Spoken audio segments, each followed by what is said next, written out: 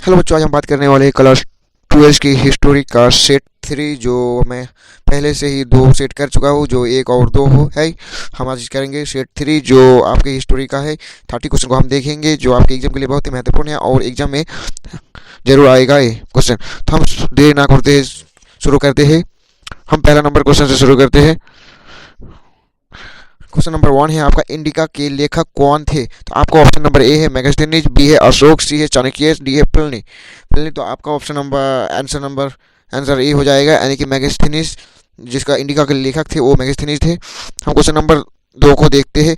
हड़प्पा लिपि को किस प्रकार की लिपि माना जाता है? तो आपका ऑप्शन नंबर ए वर्णमाला आधारित, बी है ध्वन्यात्मक, सी है चित्रलिपि, डी है अशोक लिपि। तो आपका दूसरा नंबर का आंसर हो जाएगा सी, यानी कि चित्रकला लिपि है था वो। हड़प्पा लिपि को चित्रकला लिपि भी कहा जाता है। हम क्वेश्चन नंबर 3 को देखते हैं। ऋग्वेद की रचना किस भाषा में हुई है? तो आपका ऑप्शन नंबर ए है संस्कृत, बी है प्राकृत, सी है पाली, डी है तमिल। तो आपका आंसर 3 का आंसर हो जाएगा ए, यानी कि संस्कृत में हुई थी। ऋग्वेद की रचना जो हुई थी वो संस्कृत में हुई थी। क्वेश्चन नंबर हम 4 को देखते हैं। मौर्य साम्राज्य की स्थापना किसने की? तो आपका ऑप्शन नंबर ए है चंद्रगुप्त मौर्य, बी है बिंदुसार, सी है अशोक, डी है धनानंद। तो आपका 4 का आंसर हो जाएगा ए, यानी कि चंद्रगुप्त मौर्य। मौर्य साम्राज्य का जो स्थापना की थी वो चंद्रगुप्त मौर्य ही था। क्वेश्चन नंबर हम 5 को देखते हैं। सिंधु घाटी सभ्यता का सबसे बड़ा नगर कौन सा था? तो आपका ऑप्शन नंबर ए है हड़प्पा, बी है लोथल, सी है मोहनजोदड़ो, डी है धोलावीरा। तो आपका पांचवा नंबर का आंसर हो जाएगा, पांचवा नंबर का आंसर हो जाएगा डी, यानी कि धोलावीरा था। सिंधु घाटी सभ्यता का सबसे बड़ा नगर था वो धोलावीरा था। हम क्वेश्चन नंबर हम 6 को देखते हैं। बौद्ध धर्म की स्थापना किसने की थी? तो आपका ऑप्शन नंबर ए है गौतम बुद्ध, बी है महावीर, सी है अशोक, डी है चाणक्य। तो आपका ऑप्शन आपका 6 का आंसर हो जाएगा ए, यानी कि गौतम बुद्ध ने की थी। हम क्वेश्चन नंबर 7 को देखते हैं। किस शासक ने कलिंग युद्ध लड़ा था? तो आपका ऑप्शन नंबर ए है बिम्बिसार, बी है चंद्रगुप्त मौर्य, सी है समुद्रगुप्त, डी है अशोक। तो आपका 7 का आंसर हो जाएगा डी, यानी कि अशोक ने कलिंग का युद्ध लड़ा था। तो आपका क्वेश्चन नंबर 8 है, अशोक ने अपने शिलालेख किस भाषा में लिखवाए? तो आपका ऑप्शन नंबर ए है संस्कृत, बी है प्राकृत, सी है पाली, डी है तमिल। तो आपका 8 का आंसर हो जाएगा सी, यानी कि पाली में लिखवाई थी। हम क्वेश्चन नंबर 9 को देखते हैं। किस वेद में यह की विधियों का वर्णन है? तो आपका ऑप्शन नंबर ए है ऋग्वेद, बी है सामवेद, सी है अथर्ववेद, डी है यजुर्वेद। तो आपका 9 का आंसर हो जाएगा डी, यानी कि यजुर्वेद में जो है यज्ञ की विधि वर्णन है।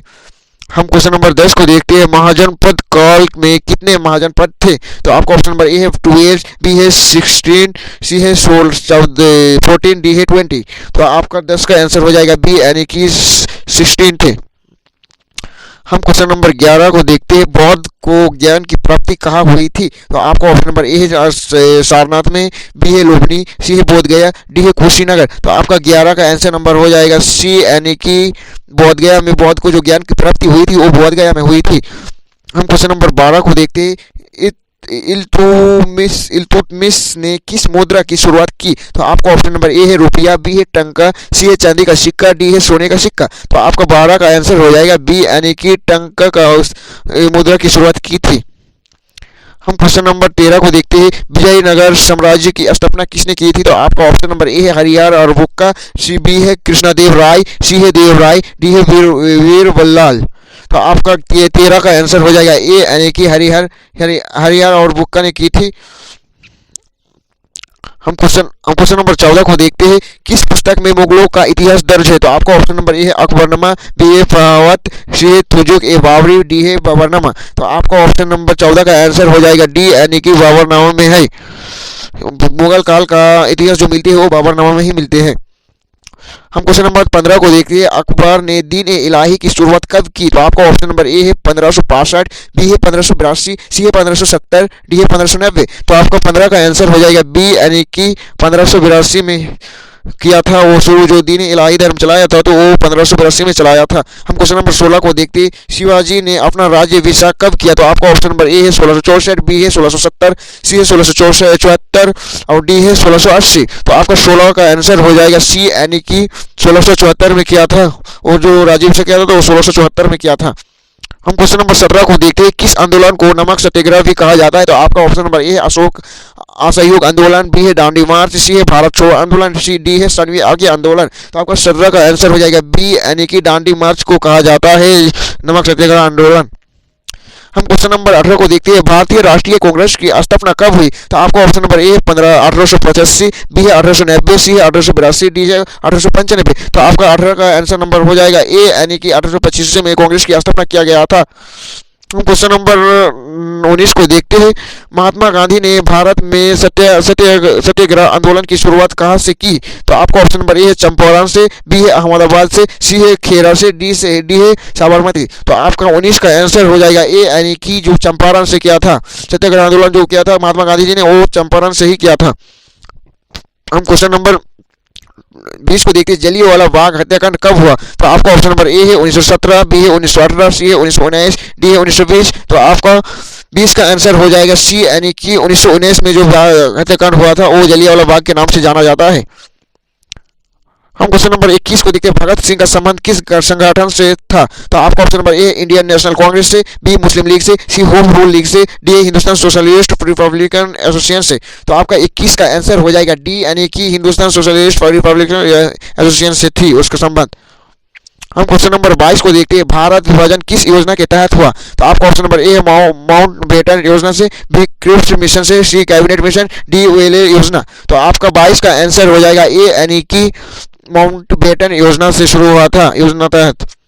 हम क्वेश्चन नंबर 23 को देखते हैं। संविधान सभा की पहली बैठक कब हुई? तो आपका ऑप्शन नंबर ए 15 अगस्त 1947, बी है 9 दिसंबर 1946, सी है 26 जनवरी 1950, डी है 26 नवंबर 1949 में। तो आपका 23 का आंसर हो जाएगा बी, यानी कि 9 दिसंबर 1946 में जो पहली बैठक हुई थी संविधान सभा का।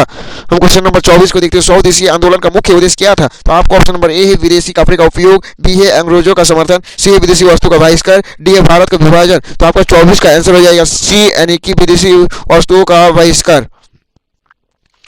हम क्वेश्चन नंबर 25 को देखते हैं। ताजमहल का निर्माण किसने करवाया? तो आपका option number A Akbar, B है जहांगीर, सी है शाहजहां, डी है बाबर। तो आपका आंसर नंबर हो जाएगा सी, यानी कि शाहजहां ने किया था। जो ताजमहल का निर्माण किया था वो शाहजहां ने किया था। हम क्वेश्चन नंबर 26 को देखते हैं। बुद्ध ने अपना पहला उपदेश कहाँ दिया? तो आपका ऑप्शन नंबर ए है बोध गया, बी है सारनाथ, सी है लुम्बिनी, डी है कुशीनगर। तो आपका आंसर हो जाएगा 26 का आंसर हो जाएगा बी, यानी कि सारनाथ में अपना पहला उपदेश दिया था। हम क्वेश्चन नंबर 27 को देखिए। चोल वंश का प्रसिद्ध शासक कौन था? तो आपका ऑप्शन नंबर ए है कुलोत्तुंग, बी है राज राजा चोल, सी है राजेंद्र चोल, डी है अद्वितीय चोल। तो आपका 27 का आंसर हो जाएगा बी, यानी कि राज राजा चोल ने की थी। प्रसिद्ध शासक कौन था? तो राजा राज चोल। हम क्वेश्चन नंबर 28 को देखते हैं। किस विद्रोह को सिपाही विद्रोह भी कहा जाता है? वेरी वेरी इंपॉर्टेंट क्वेश्चन है जो आपके एग्जाम में बहुत आएगा। और 2023-24 के बोर्ड में ये क्वेश्चन बहुत सब्जेक्टिव क्वेश्चन में आया था। तो इस क्वेश्चन को एकदम वेरी वेरी इंपॉर्टेंट कर दीजिएगा। तो आपका ऑप्शन नंबर ए है असहयोग आंदोलन से, बी है सवर्णीय आज्ञा आंदोलन से, सी है भारत छोड़ो आंदोलन से, डी है 1870 के विद्रोह को। तो आपका 28 नंबर का आंसर हो जाएगा डी, यानी कि 1870 के विद्रोह को ही सिपाही विद्रोह कहा जाता है। और आपके एग्जाम में ये क्वेश्चन जरूर टपकेगा। आपको क्वेश्चन नंबर हम 29 को देखते हैं। सर सैयद अहमद खान ने किस आंदोलन की शुरुआत की? तो आपका ऑप्शन नंबर ए है भारतीय स्वतंत्र आंदोलन, बी होम रूल लीग, सी अलीगढ़ आंदोलन, डी स्वदेशी आंदोलन। तो आपका 29 का आंसर हो जाएगा सी, यानी कि अलीगढ़ आंदोलन। और अब इस लास्ट क्वेश्चन है 30 नंबर। जो भारत का प्रथम गवर्नर जनरल कौन था? तो आपका option number A Lord Dalhousie, B William Bentinck, C Lord Wellesley, D Lord Curzon. तो आपका 30 का आंसर हो जाएगा बी, यानी कि विलियम बेंटिक जो भारत का गवर्नर जनरल था। तो अगर मेरे इस वीडियो को आपको फायदा लगता है कि अच्छा लगता है तो मेरे इस चैनल को सब्सक्राइब और लाइक जरूर करना। Thank you.